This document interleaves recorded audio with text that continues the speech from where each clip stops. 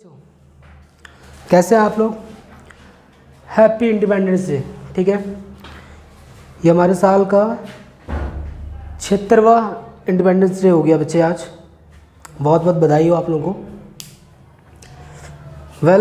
आज बच्चे आते हैं हम लोग अपने टॉपिक पे, और आज का टॉपिक है हमारा limitations of accounting. Limitations of accounting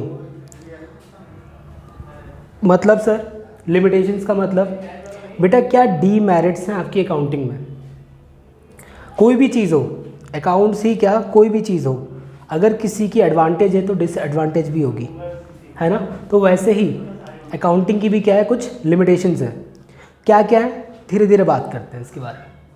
first क्या है, accounting is not fully exact.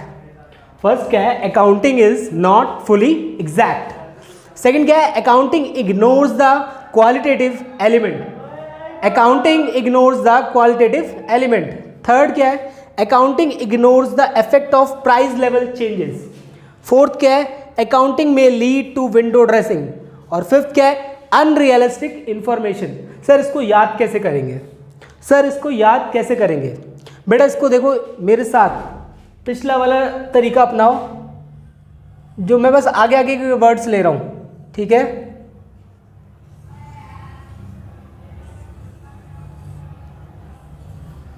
देखो अब इसको याद कैसे रखना है, याद कैसे रखना है इसको।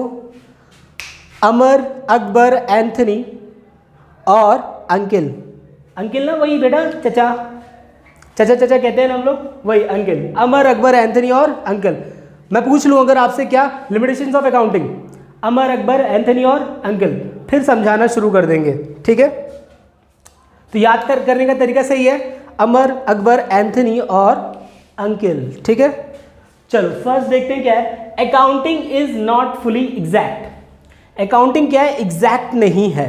मतलब सर एग्जैक्ट नहीं है। बेटा मुझे एक बात बताओ, जो ओनर होता है या प्रोप्राइटर होता है, उसको अपने बिजनेस में सबसे ज़्यादा, ठीक है, वो क्या चीज़ चाहता है अकाउंटिंग करते समय। वो अकाउंटिंग करता है इसलिए वो देख पाए कि उसको कितना प्रॉफिट हो रहा है, कितना लॉस हो रहा है, इजीली पता लग जाए। हाँ सर बिल्कुल सही है। तो बेटा ये देखो, अकाउंटिंग कह रहा है फुली एग्जैक्ट नहीं है। क्यों एग्जैक्ट नहीं है, इसका देखो तरीका बताता हूँ। जब वो प्रॉफिट निकालने जाते हैं ना, कुछ आइटम्स या फिर कुछ एजम्पशंस ऐसी ली जाती हैं जो कि पूरी तरीके से सही नहीं है। सर वो क्या है वो एजम्पशंस, आओ देखते हैं। Life of an asset. मुझे एक बात बताओ बेटा, आप कोई एसेट खरीद रहे हो, परचेज कर रहे हो, ठीक है। आपको कैसे पता कि इसकी लाइफ इतनी होगी। आप कोई एस्ट्रोलॉजर तो हो नहीं, कोई भविष्यवाणी तो करते नहीं हो, आपको कैसे पता। तो बेटा हम तो क्या करते हैं, एक एजम्पशन ले लेते हैं कि ये वाली मशीन है तो इतने साल चलेगी, उसके बेस पे लाइफ ले ली कि इस मशीन की लाइफ इतनी है। तो क्या ये सही है, कंफर्म है कि लाइफ उतनी ही चलेगी। आपने बोल दिया 10 साल चलेगी सर, तो ज़रूरी है कि वो 10 ही साल चले। हो सकता है कम भी चले, हो सकता है कि वो बहुत ज़्यादा चल जाए। ये करेक्ट तरीका नहीं है ना। तो वही है बेटा, लाइफ ऑफ एन एसेट, ठीक है, ये एग्जैक्ट नहीं है अकाउंटिंग। दूसरा बोल रहा हूँ, providing for doubtful debts. Providing for doubtful debts, ये क्या है सर, ये कौन सा नया आइटम है। बेटा डेटर आपको मैं पढ़ा चुका हूँ, डेटर क्या होता है।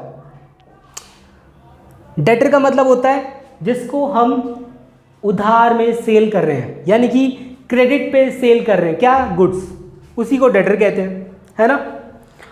जी सर बिल्कुल सही कह रहे हो आप। मुझे एक बात बताओ, उसको डेटर कहते हैं ना। डेटर होता कौन है, कोई इंसान ही होता है ना। हाँ बिल्कुल सही सर, इंसान तो होता है। तो बेटा जब डेटर को हम उधार पे बेच देते हैं ना, तो कंफर्म नहीं होता, हर तरह का इंसान अलग अलग होता है। कोई सा डेटर होगा बिल्कुल टाइम पे पैसे दे देगा, कोई डेटर होता है लेट दे देगा, कोई डेटर ऐसा भी होता है जो भाग जाएगा, है ना। तो हम क्या लगा लेते हैं, पहले से प्रोविज़न बना लेते हैं। एक मुझे लगता है 3 बंदे हैं, ठीक है, अब्बास, अली और चोर। तो मैं चोर को क्या कह रहा हूँ, मुझे लग रहा है चोर जी जो हैं, मतलब ऐसा मान लो 3 एग्जाम्पल के तौर पे ए बी एंड सी, ये 3 लोग हैं और ये तीनों ही कौन है मेरे, डेटर हैं, डेटर है ना, इन्हें उधार पे सेल किया। मुझे लगता है, लेकिन मुझे लगता है कि ये जो सी है ना, सी भाई साहब, सी, ये पैसे नहीं देने वाले। मुझे आशंका है, कंफर्म नहीं है, मुझे आशंका है, कंफर्म नहीं है। कंफर्म क्यों नहीं है भाई, मैं आशंका ही तो लगा सकता हूँ, मुझे लग रहा है कि ये नहीं देगा, है ना, मुझे ऐसा लग रहा है, लेकिन कंफर्म नहीं है। हो सकता है ये दे दे, कोई और ना दे, ठीक है, तो ऐसी आशंका है।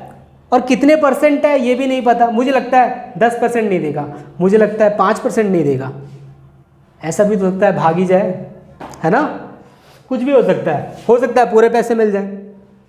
तो मुझे आशंका है कि मैं सोच रहा हूँ ये 5% नहीं देगा, लेकिन बच्चे जब ये भागा ना, सच में ही भाग गया, तो ये कह रहा है मैं 10% नहीं दूंगा। कितना परसेंट नहीं दिया इसने, 10। तो मुझे बताओ, हमने तो अकाउंटिंग के हिसाब से क्या लगाया था कि 5% पैसे ऐसा है डूब जाएंगे, लेकिन एक्चुअल में क्या हो गया, 10% चला गया। तो वही कह रहा हूँ कि लग रहा है आपको कि अकाउंटिंग एग्जैक्ट लग रही है आपको, है ना, एग्जैक्ट नहीं है। ये क्या है, हम एक एजम्पशन ले लिया हमने कि 5% डूबेगा जी, 5 ही डूबेगा, हमें नहीं पता था कि 10 इतना ज़्यादा हो जाएगा। हो सकता है इसकी मैंने सोची भी नहीं रखी थी, बी की, बी क्या है, मुझे लगा कि ये ज़्यादा से ज़्यादा 3% डुबाएगा, और ये क्या हो गया, भाग गया। भाग गया तो हो गया क्या, बैड डेब्ट्स, पैसे लेके ही भाग गया।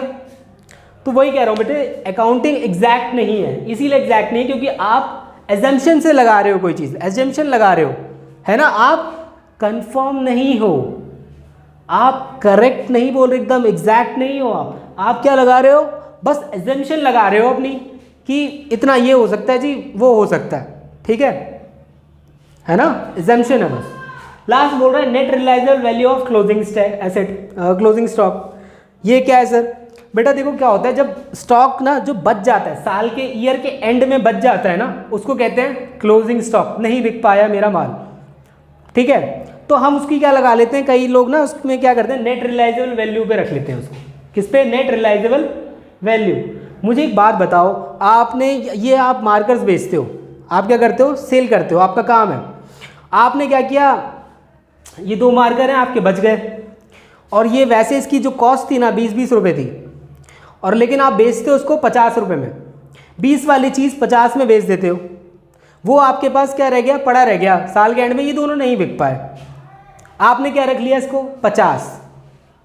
लेकिन मुझे बताओ ना, जब तक ये आपके पास पड़ा है, एक्चुअल में इसकी कॉस्ट क्या है, 20 रुपये है ना, 50 थोड़ी है।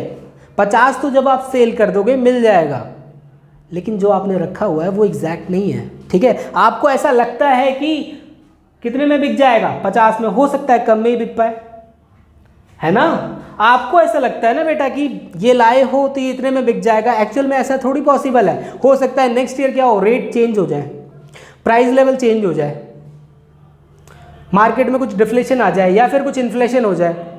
इन्फ्लेशन हो गया महंगा बिकेगा, डिफ्लेशन आ गया सस्ता बिकेगा, है ना। आप क्या कर रहे हो, लेकिन आप क्या कर रहे हो, बस एजम्पशन लगा रहे हो। इसीलिए बच्चे अकाउंटिंग क्या है, फुली एग्जैक्ट नहीं है, ठीक है, ठीक है, मेरी बात समझ में आ रही है।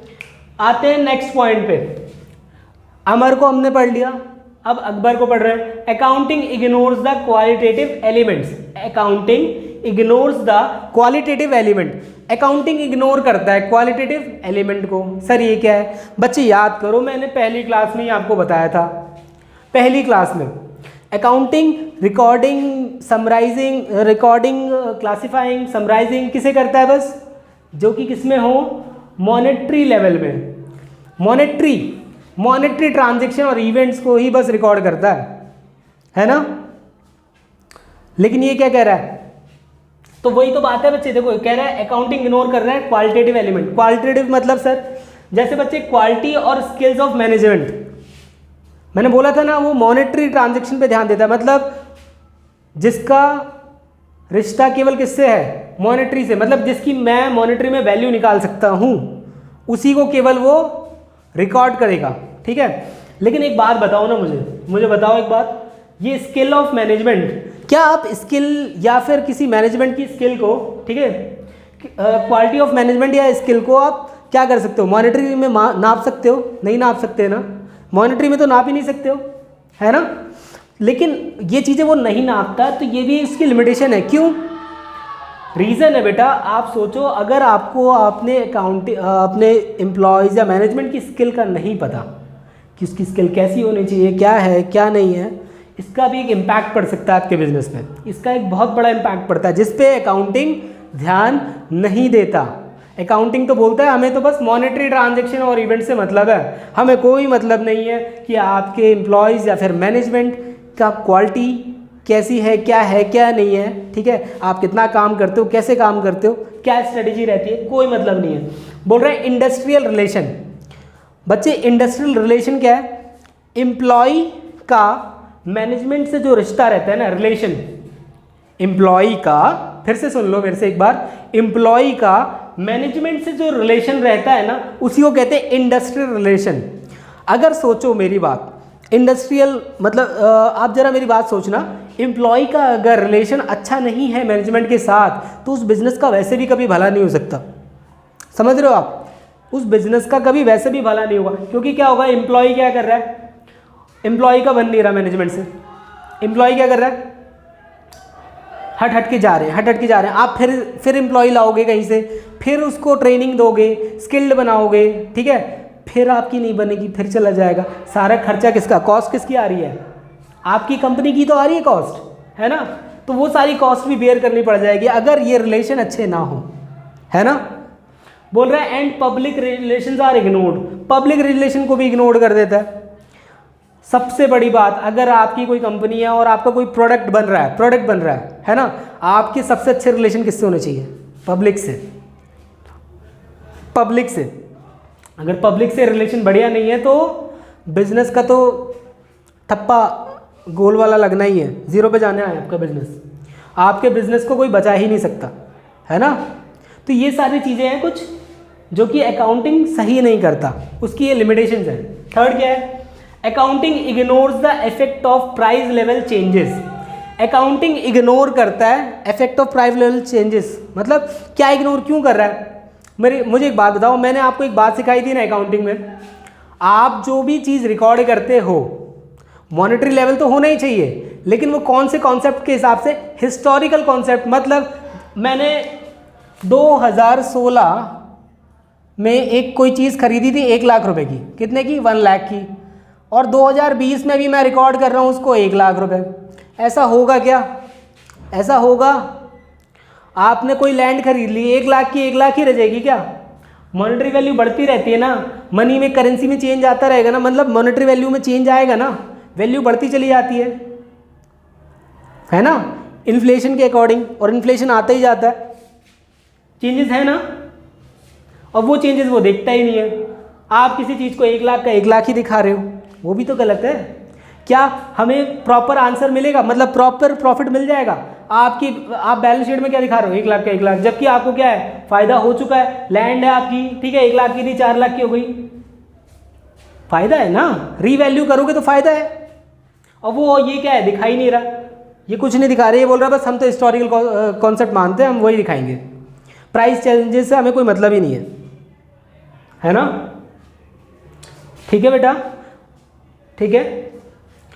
अकाउंटिंग में लीड टू विंडो ड्रेसिंग। चौथा क्या है? अकाउंटिंग में लीड टू विंडो ड्रेसिंग। ये और पे आ गए हम, अभी हमने क्या क्या पढ़ लिया, अमर अकबर एंथनी, और पे आ गए विंडो ड्रेसिंग। बेटा ये क्या है सर, ये क्या है, विंडो ड्रेसिंग क्या होता है? क्या बड़ा अजीब सा ही, मतलब कुछ बाहर सा नाम लग रहा है, मतलब अलग सा कुछ इम्पोर्टेड नाम है। बच्चे इम्पोर्टेड वगैरह नहीं है कुछ, बस विंडो ड्रेसिंग का मतलब है मैनिपुलेट करना, किसको? अकाउंट्स को अपने। मतलब सर बेटा आपने देखा है ना, जैसे आप बाइक वाइक पे जाते हो, जा रहे हो, ठीक है, पुलिस सामने से आ जाए आपके, देख लिया अगर उसने, तुरंत मैनिपुलेट करते हो, भागते हो फटाक से, होता है ना ऐसा?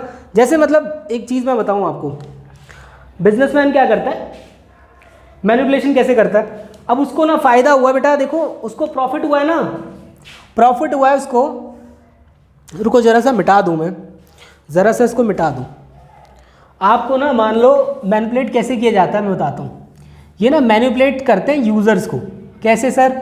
यूज़र्स को कैसे मैनिपुलेट कर देते हैं मैं बताता हूँ ना। अब देखो यूजर्स को कैसे करते हैं मैनिपुलेट। प्रॉफिट हुआ आपको, प्रॉफिट हो रहा है 1 लाख का, प्रॉफिट मात्र हुआ है 1 लाख का, लेकिन आपने आपने किया क्या, जब समराइज करते थे ना, मैंने बताया था उसमें क्या क्या होता था, trial balance, trading and PNL and balance sheet. आपने पीएनएल में क्या किया, आपने बोला भाई एक काम करना, ये 1 लाख का तो प्रॉफिट ही दिख रहा है, एक काम कर कुछ प्रॉफिट और बढ़ा दे, कुछ प्रॉफिट और बढ़ा दो।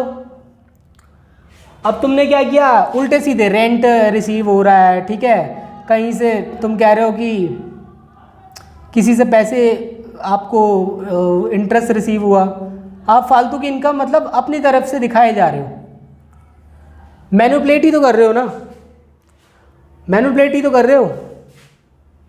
ऐसा क्यों करते हैं, ऐसा क्यों करते हैं बेटा, अगर आप जितना अच्छा प्रॉफिट दिखाओगे तभी तो क्या होगा, जितना अच्छा दिखाओगे अपने आप को उतना ही तो आपको पैसा मिलेगा, मतलब यूजर्स पैसा लगाएंगे, जो बाहर के इन्वेस्टर होते हैं वो पैसा लगाएंगे। क्रिएटर क्या करेगा, आपको लायबिलिटी देने से डरेगा नहीं, उधार बेच सकता है, ठीक है, उधार बेच सकता है, ठीक है। तो इसीलिए मैनिपुलेशन होती है कि आप ज़्यादा से ज़्यादा क्या कर रहे हो, प्रॉफिट दिखाना चाह रहे हो, ऐसे ही मैनिपुलेट किया जाता है। सर लेकिन ज़्यादा प्रॉफिट होगा तो टैक्स भी तो लगेगा, हाँ वो लगेगा, लेकिन आपको फ़ायदा तो मिल रहा है ना, इन्वेस्टर पैसा लगा रहा है, आपका बिजनेस ग्रो करता चला जाएगा। ये ऐसे ही मैनिपुलेट किया जाता है, ठीक है, धोखा देना। लास्ट क्या है, आप बोल रहे हैं हम 5th अंकल, यानी कि unrealistic information, useful life of asset. देखो एक बात बताओ, तुम कैसे बता सकते हो किसी एसेट की लाइफ कितनी होगी, अनरियलिस्टिक नहीं लगता कुछ। As per going concern concept हम जब चलते हैं, हम क्या मान के चलते हैं, बिजनेस ज़िंदगी भर चलता रहेगा। अरे इंसान की ज़िंदगी क्या होती है, इंसान तक की ज़िंदगी आपकी कंफर्म नहीं रहती कि कितने साल जियोगे कितने साल नहीं जियोगे, तो फिर एक एसेट की क्या औकात है। ये देखो बोल रहे हैं ना यूजफुल लाइफ ऑफ एसेट, हम अंदाज़ा लगा लेते हैं कि 20 साल चलेगी, 10 साल चलेगी, लेकिन ज़रूरी है कि एसेट उतने साल चल जाए, क्या ऐसा ज़रूरी है, नहीं सर। नेक्स्ट क्या बोल रहा है, assets recorded at historical cost, cost का हिस्टोरिकल पे रिकॉर्ड होना। तुम क्या कर रहे हो,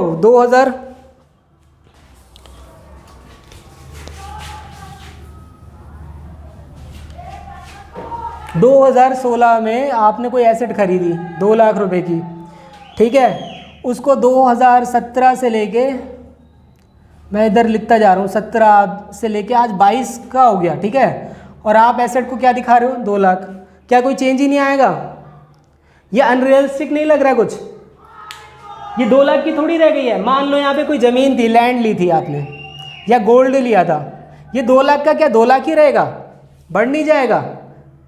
आप कोई भी ज़मीन या कोई गोल्ड लेते हो तो इतने साल में तो बेटा 2 से 10 बनते टाइम नहीं लगता।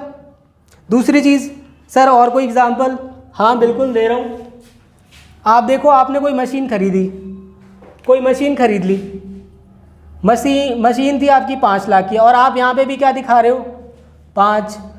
मुझे बताओ डेप्रिसिएशन नहीं लगता क्या, उस मशीन की वैल्यू नहीं गिरेगी, गिरते गिरते आज क्या लिखा हो गया, अब किसके हिसाब से दिखानी चाहिए, गिरते गिरते आज 1 लाख रुपए की मान लो मशीन रह जाए, वो दिखाना चाहिए, लेकिन आप क्या दिखा रहे हो, 5 की 5 दिखा रहे हो, है ना। तो ये भी क्या है, अनरियलिस्टिक तो है, जो चीज़ की वैल्यू अब बची नहीं है आप वो दिखा रहे हो, या फिर जिस चीज़ की वैल्यू ज़्यादा हो गई है आप तब भी उसको उसी कॉस्ट पे दिखा रहे हो जिस टाइम आपने परचेज की थी जितने पे, है ना।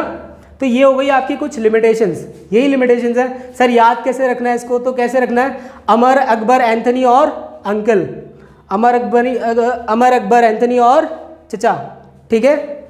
तो बच्चे आज के लिए बस इतना ही, आज के लिए बस इतना ही, चलो बाय बाय।